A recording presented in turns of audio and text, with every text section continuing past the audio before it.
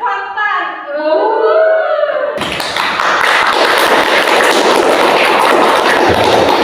Di sini sekarang kami kedatangan narasumber yang ganteng dan cantik-cantik ini. Sebelum ke materi yang akan dijelaskan, sebaiknya kita perkenalan dulu ya. Perkenalkan, nama saya Arini, saya Siska Yuli. Saya Muhammad Abdul Fakri. Saya Abdul Mulyana. Saya Abdul Aziz. Oke, nah udah pada kenal kan? Nah, kita tuh mau jelasin apa sih? Jadi kita tuh mau menjelaskan perundingan Linggarjati. Perundingan Linggarjati. Nah, di perundingan Linggarjati ini apa sih latar belakang terjadinya perundingan ini tuh? Jadi latar belakangnya tuh yang pertama, setelah proklamasi kemerdekaan Indonesia, Belanda berusaha untuk kembali menjadi Indonesia. Yang kedua, perundingan antara Indonesia dan Belanda dilakukan untuk mencapai kesepakatan. Yang ketiga, tokoh-tokoh seperti Letnan Jenderal Sir Philip Christison dari Inggris, Dr. H.J. Van Mook dari Belanda, dan Sultan Syahrir dari Indonesia memainkan peran penting dalam perundingan. Jadi inilah yang membuat perundingan Linggarjati ini terjadi karena Belanda ingin menjajah Indonesia kembali, maka diadakanlah perundingan ini untuk mencapai kesepakatan antara Indonesia dan Belanda. Karena pemerintah Indonesia ingin ada pengakuan kedaulatan dari pemerintah Belanda. Oh, jadi karena Indonesia yang tidak mau kembali dijajah dan ingin diakui kemerdekaannya, maka terjadi perundingan awal. Kenapa sih perundingan awal yang terjadi? Jadi sebelum perundingan Linggarjati itu ada perundingan awal dulu. Nah, perundingan awal ini terjadi di Jakarta pada tanggal 1 Oktober 1945 antara Christison dari pihak Inggris dan pihak Republik Indonesia. Tokoh yang terlibatnya adalah Sultan Syahrir, Soekarno, dan Bung Hatta.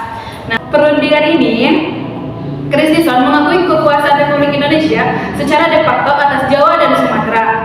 Terus dilakukan juga ada perundingan dengan Belanda pada tanggal 10 Februari 1946. Namun perundingan ini gagal karena perbedaan pendapat antara Belanda dan pihak Indonesia. Oh, keren banget ya. Ketiga pahlawan tokoh itu memperjuangkan agar negara Indonesia bisa diakui oleh negara lain. Nah, selanjutnya, setahu aku nih, ada perundingan Harga Valley. Apa sih perundingan Harga Valley ini? Mengapa terjadi perundingan ini setelah perundingan awal terjadi? Perundingan Valley terjadi lagi karena terdapat kebutuhan untuk membahas secara lebih lanjut terkait status kenegaraan, kemerdekaan, dan wilayah Indonesia.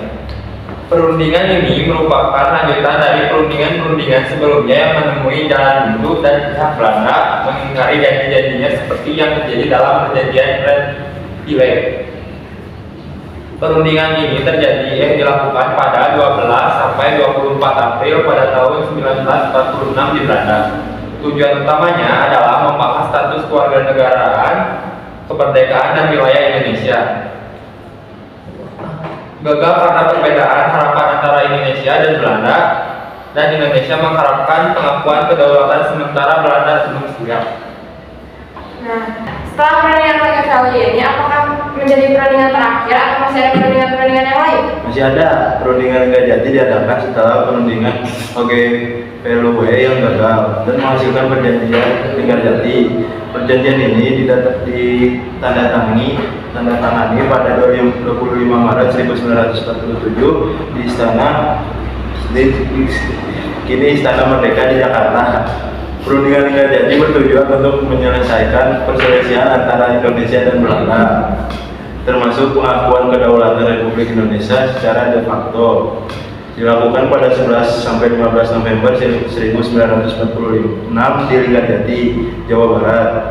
Jadi hasil perundingannya itu yang pertama, Belanda mengakui kekuasaan de facto Republik Indonesia atas Jawa, Madura, dan Sumatera. Setelah itu pembentukan negara Indonesia Serikat.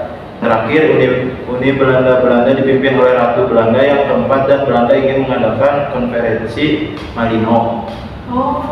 Nah tadi saya dengar ada konferensi Malino. Apa sih yang dimaksud konferensi Malino itu?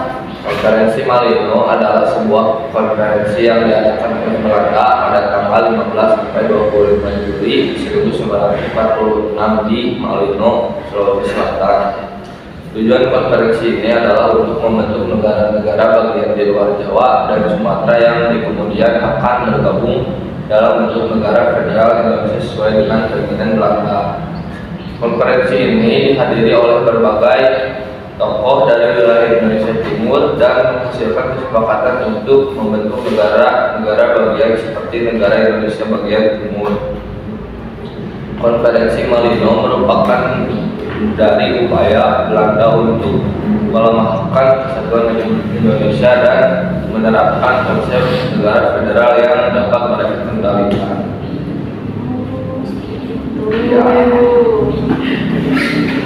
Jadi kesimpulan dari podcast ini yang pertama itu perundingan Linggarjati menjadi salah satu tonggak penting dalam sejarah kemerdekaan Indonesia.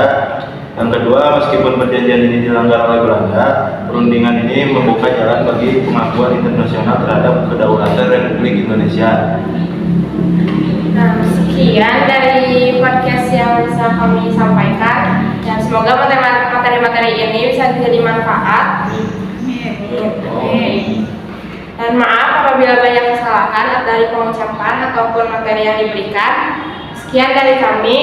Assalamualaikum warahmatullahi wabarakatuh.